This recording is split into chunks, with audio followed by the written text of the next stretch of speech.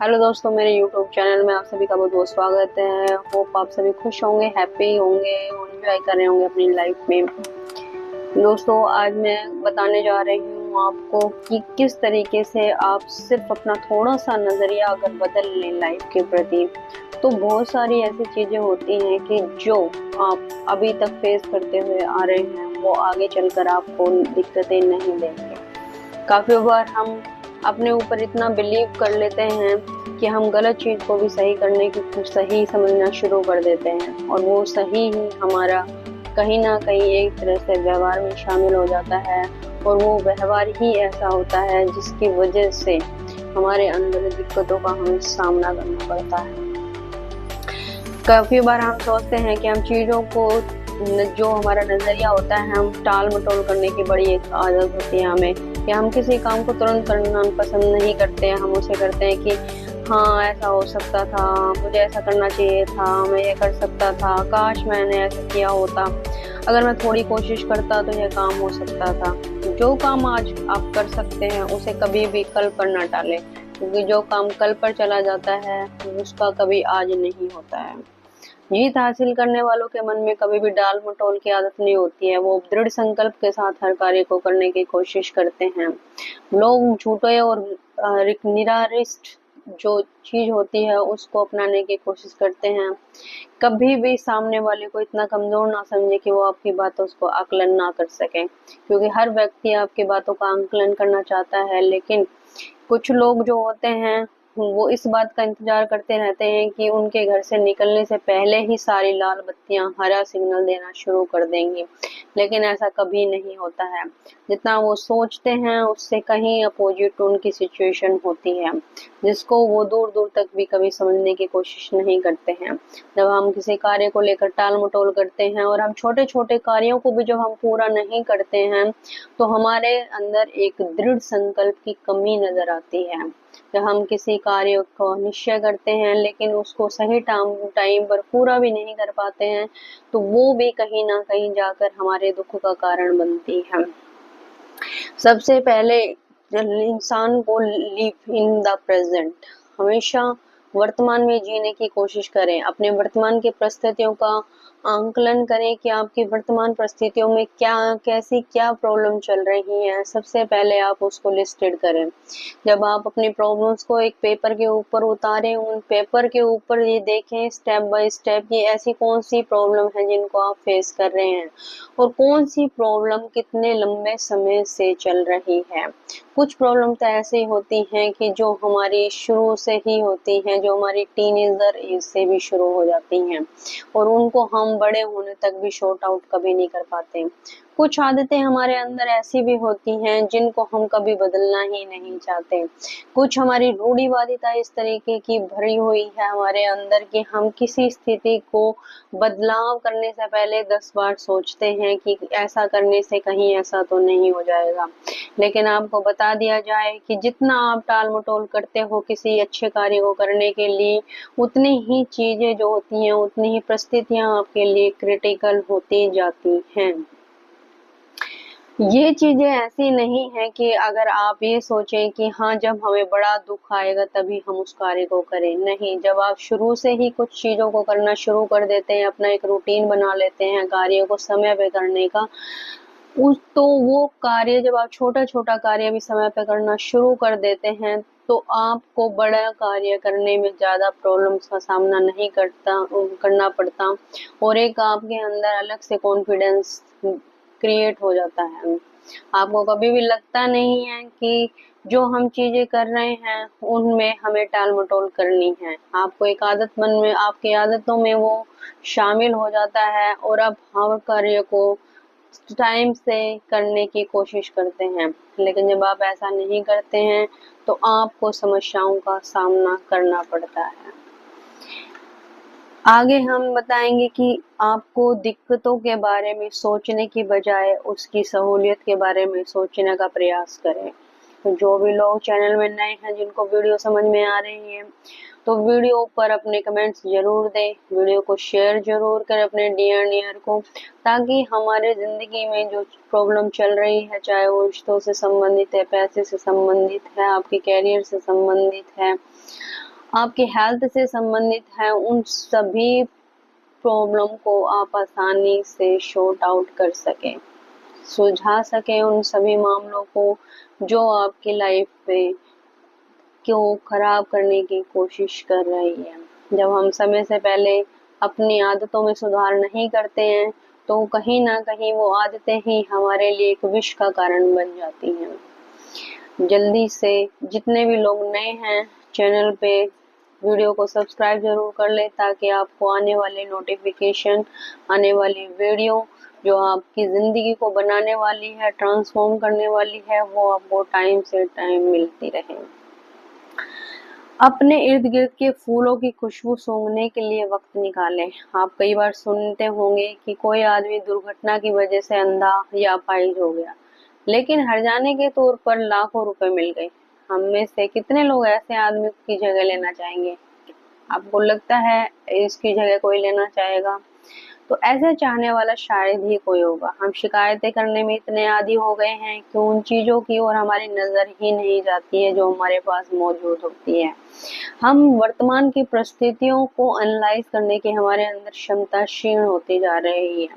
हम इतने कमज़ोर हो चुके हैं कि हम परिस्थितियों को नहीं जान पा रहे हैं कि हमारी परिस्थितियों के कारण उन लोगों पर, उन चीज़ों को किस प्रकार की परिस्थिति का सामना करना पड़ रहा है। हमारे पास ऐसी बहुत सारी चीज़ें होती हैं जिनके लिए हमें शुक्रगुजार होना चाहिए, लेकिन हम शुक्रगुजार ना होकर सिर्फ शिकायतों की तरफ ही अपना ध्यान देते हैं। अपनी दिक्कतों की बजाय सहूलियत पर गौर करें, तो इसका मतलब यह नहीं है कि हमें आत्म संतुष्टि हो जाना चाहिए। एहसानमंद होने के लिए नजरिए का मतलब आत्म संतुष्टि नहीं है। यदि मेरी बातों से आपको आत्म संतुष्टि हो जाने का संदेश मिला है, तो मैं अपनी बात को न समझा पाने के लिए दोषी हूँ, और आप दोषी हैं अपना मनपसंद मतलब निकालने के लिए। लोग किसी बात का मनचाहा मतलब कैसे निकाल लेते हैं, यह बताने के लिए मैं एक कहानी सुनाता हूँ। एक डॉक्टर को शराबियों के एक समूह को संबोधित करने के लिए मेहमान वक्ता मतलब गेस्ट स्पीकर के रूप में उसको बुलाया गया। वह उनके सामने कोई ऐसा नमूना पेश करना चाहता था जिससे उन्हें यह एहसास हो जाए कि शराब सेहत के लिए कितनी नुकसानदायक है। उसने 2 कांच के बर्तन लिए, एक में साफ पानी भरा और दूसरे में शराब भरी। उसने साफ पानी में एक केचुआ डाला और वह आसानी से तैरता हुआ पानी के ऊपर आ गया। फिर उसने एक केचुआ शराब में डाला और वह सबकी आंखों के आगे टुकड़े टुकड़े हो गया। यह साबित करना चाहता था कि शरीर के अंदर शराब का ऐसा ही असर होता है। नमूना पेश करने के बाद जब उसने शराबियों के समूह से पूछा कि उन्हें इससे क्या सीख मिली, तो उनका सवाल सुनकर पीछे बैठे एक शराबी ने उत्तर दिया कि इसका मतलब यह है कि शराब पीने से हमारे पेट में कीड़े नहीं होंगे। क्या उस कहानी का यही संदेश था? बिल्कुल नहीं। किसी बात का मनचाहा मतलब ऐसे ही निकाला जाता है।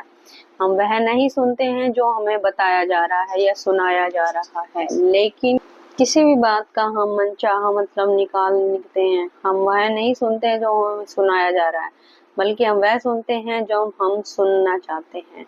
हमें मिली बहुत सारी नियामतें, ब्लेसिंग छिपे हुए खजाने की तरह होती है। हमें अपनी दिक्कतों के बारे में नहीं, बल्कि अपनी ब्लेसिंग के बारे में सोचना चाहिए।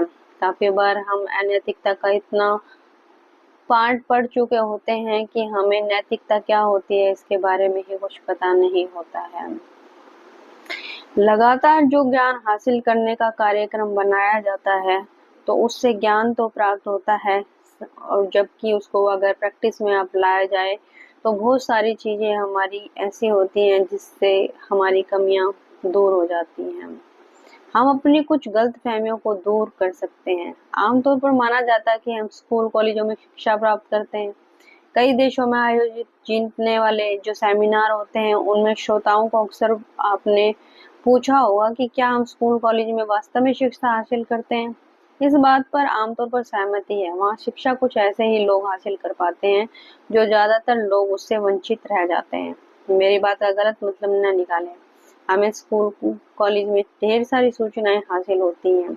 शिक्षित होने के लिए सूचनाएं भी जरूरी है, लेकिन उसके साथ ही हमें शिक्षा का सही मायने भी समझना जरूरी है।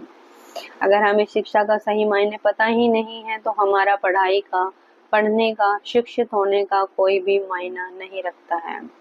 बौद्धिक शिक्षा, इंटेलेक्चुअल एजुकेशन हमारे दिमाग पर असर डालती है, जबकि नैतिक शिक्षा, वैल्यू बेस्ड एजुकेशन हमारे मन को प्रभावित करती है। यदि शिक्षा मन की ट्रेनिंग नहीं देती तो वह खतरनाक हो जाती है। अगर हम अपने दफ्तर, घर, समाज, लोगों के चरित्र का निर्माण करना चाहते हैं तो हमें उन्हें एक स्तर तक नैतिक शिक्षा भी देनी होगी। ईमानदारी क्या है, दया कैसे दिखानी है, साहस कैसे करना है, दृढ़ता से कैसे अपने कार्यों पर लगे रहना है और कैसे जिम्मेदारी जैसी बुनियादी गुण अपने अंदर विकसित करना है, यह शिक्षा का एक बेहतरीन और जरूरी एस्पेक्ट है। हमें ज्यादा अक्षर शिक्षा की जरूरत नहीं होती, बल्कि चरित्र बनाने वाली शिक्षा की है। नैतिक स्तर पर शिक्षित आदमी जिंदगी में उस आदमी की तुलना में ज्यादा कामयाबी और तरक्की हासिल कर सकता है जिसे ज्यादा अच्छी शिक्षा मिली हो, पर जिसके पास नैतिकता की पूंजी बिल्कुल ना हो। कहा जाता है कि एजुकेशन विदाउट वैल्यू। विश्वविद्यालय से युवक बहुत काबिल मगर पढ़े लिखे जाहिल बनकर निकल रहे हैं, क्योंकि हम युवाओं को नैतिकता का कोई आधार नहीं दे पा रहे हैं जिससे उनकी ज्यादा से ज्यादा तलाश है। असली शिक्षा आदमी के दिल और दिमाग दोनों को ट्रेनिंग देती है। एक अनपढ़ चोर शायद मालगाड़ी से सामान ही चुराएगा, पर पढ़ा लिखा चोर तो रेल की पूरी पटरी ही उड़ा ले जाएगा। हमें ग्रेड नहीं बल्कि ज्ञान और बुद्धिमत्ता हासिल करने के लिए होड़ लगानी चाहिए। तथ्यों को जानने से ज्ञान हासिल होता है और उनका सरलीकरण करने से समझदारी प्राप्त होती है। कोई आदमी अच्छा ग्रेड और ऊंची डिग्री हासिल करने के बावजूद अशिक्षित रह सकता है। ज्यादा सीखे बिना भी अच्छे ग्रेड और डिग्री तो मिल जाती है, लेकिन सबसे अहम बात कोई सीख सकता है तो वह यह है कि सीखने के सही तरीके को सीखें। लोग सूचनाओं को रटने की काबिलियत को तो गलती से शिक्षा समझ लेते हैं। बिना मूल्यों की दिमागी शिक्षा समाज के लिए आप पैदा करती है। हमें जो शिक्षा लेनी चाहिए उसके अंदर हमारी नैतिकता की शिक्षा का होना बहुत जरूरी है। जब आपके अंदर नैतिकता आनी शुरू हो जाती है तो आपका नजरिया चेंज हो जाता है और आपका अपने परिवार, अपने समाज, अपने देश के लिए नजरिया बहुत सकारात्मक हो जाता है। नैतिक लोग हर जगह अच्छे ठहराए जाते हैं, उन्हें सम्मान मिल दिया जाता है। लेकिन जिन लोगों ने एजुकेशन तो ली होती है लेकिन नैतिकता का पाठ नहीं पढ़ा होता, उन्हें हर जगह तिरस्कार या उनका एक तरह से उनको नकारा जाता है। तो आगे